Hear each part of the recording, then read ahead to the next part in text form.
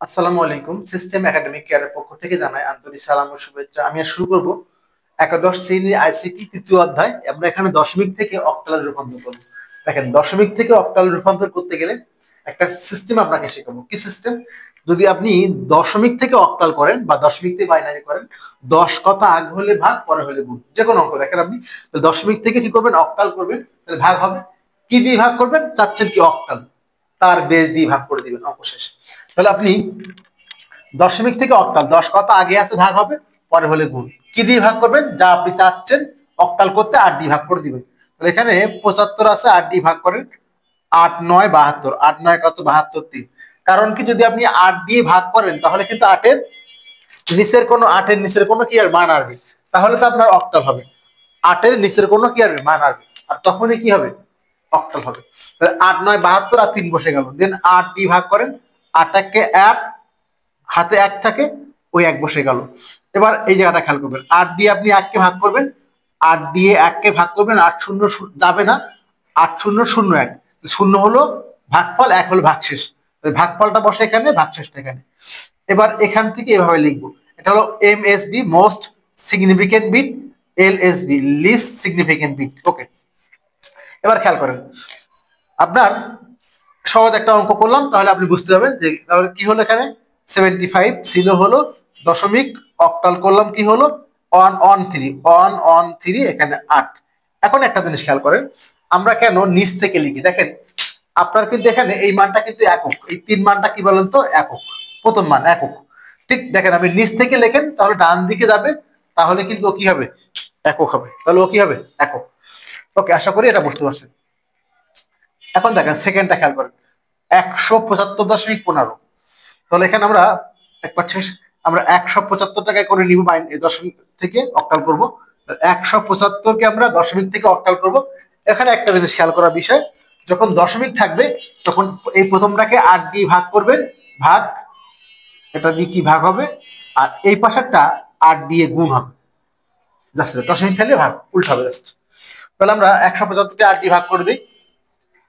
8 8 2 গুণ 16, 1 15, 8 1 কে 8, 21 হবে। আর বাকি থাকবে 7। আবার দেখেন, আমরা এটা একটা বড় করে দিব, নাহলে মাইনাসের মতো হয়ে যাবে। 8 17 মধ্যে 8 2 গুণ 16, 1 থেকে 15, 8 1 কে 8, আর বাকি 7। ওকে, 8 দিয়ে 21 এর মধ্যে 8 2 গুণ 16 আর 5 থাকে। 8 দিয়ে 2 কে ভাগ যাবে না, 8 দিয়ে 2 কে তো ভাগ যাবে না, তাহলে 8 0 0 আর ভাগফল দিয়ে বসে যাবে। এখানে ভাগফল, এখানে ভাগশেষ, ভাগশেষ 2 এদিকে। তাহলে আমাদের কিন্তু 175-এর দশমিক থেকে আমাদের অক্টাল হয়ে গেল। এখন কি করার পালা? আমাদের করার পালা হলো দশমিক অংশটাকে। এটা দুইটা নিয়ম আছে, আমরা সহজটা শিখাই। এটাকে আপনি দুইটা ভাগ করে নেবেন, একটা পূর্ণাংশ বা পূর্ণ সংখ্যা, পূর্ণ সংখ্যা বা পূর্ণাংশ, একটা হলো ভগ্নাংশ। দুইটা ভাগ করে নেবেন। তাহলে আমরা প্রথম মানটা হলো 0.15, একে আপনি 8 দিয়ে গুণ করবেন। কি করবেন? 8 দিয়ে গুণ করবেন। যদি আমরা 0.85 কে 8 দিয়ে গুণ করি, তাহলে আসবে হলো 1.20, আর হলো 1.20। তাহলে আপনি, এটা হলো ভগ্নাংশ, এটা পূর্ণাংশ, 1 লিখবেন এই ঘরের মধ্যে, আর 0.20 এখানে লিখবেন। আবার 8 দিয়ে গুণ করে দেন, আসবে 1.60 বা 1.6, শূন্য শূন্য লেখা লাগে না। 1 লিখবেন এই ঘরের মধ্যে, আর 0.6 লিখবেন এখানে। দেন আপনি 8 দিয়ে গুণ করবেন, আবার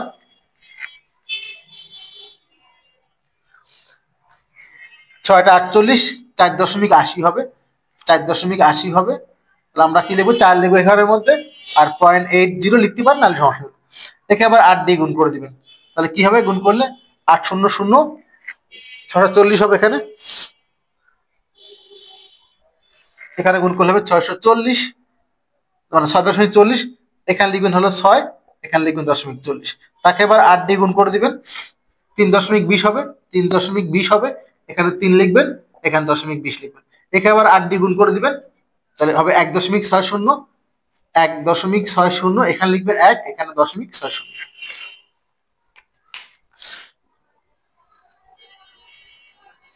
আমরা ক্যালকুলেটর ইউজ করে মোটা চেক করে একটু। 848 80, ও এখানে 64, 6.40, ঠিক আছে। ঠিক আছে।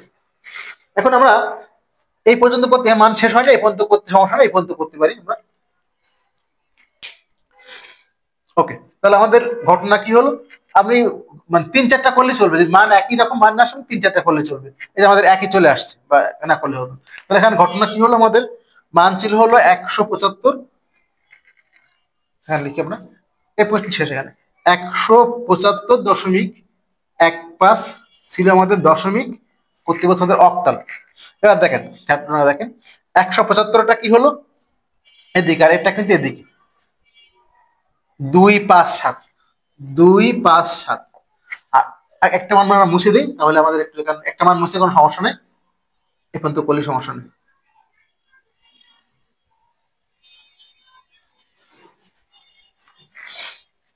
এবার দেখেন এটা হলো আমাদের 257, আর বাকি এটা কি হলো, এটা এদিক থেকে নামবে, এটা কেন বললাম ফার্স্টেই, এটা হলো এককের মান, ডান দিকে লিখলে কিন্তু একক হয়, অথবা দশমিক দেখেন 2.573, এই দশমিকের এখান থেকে এদিকে আর এদিকে 2 ভাগ হয়ে যায়। তাহলে এটা হলো উপর থেকে 11463, 11463, এই মানটা কিন্তু শেষ হয়নি, তো এখানে আমরা কি দিব, ডট ডট দিয়ে দিব। তাহলে আমাদের কি হলো, এখানে দশমিক থেকে কি হলো, অক্টাল হয়ে গেল। তো এই হলো আমাদের দশমিক থেকে অক্টালে রূপান্তর করার সিস্টেমটি। আশা করি বুঝতে পারছেন। সিস্টেম একাডেমিক এর পক্ষ থেকে আন্তরিক সালাম জানিয়ে শেষ করলাম আজকের মতো ক্লাস। আল্লাহ হাফিজ।